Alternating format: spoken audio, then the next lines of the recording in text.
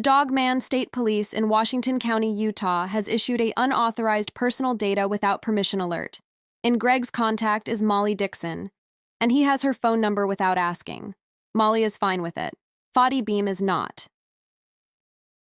It was found on May 18th. It's a possession of the phone number.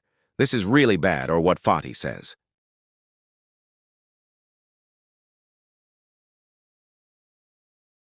You should not have Molly's phone number, but here is the catch. If you are a family member or other friend, other than Greg, you are good. But Gregory Spencer Kriser must not.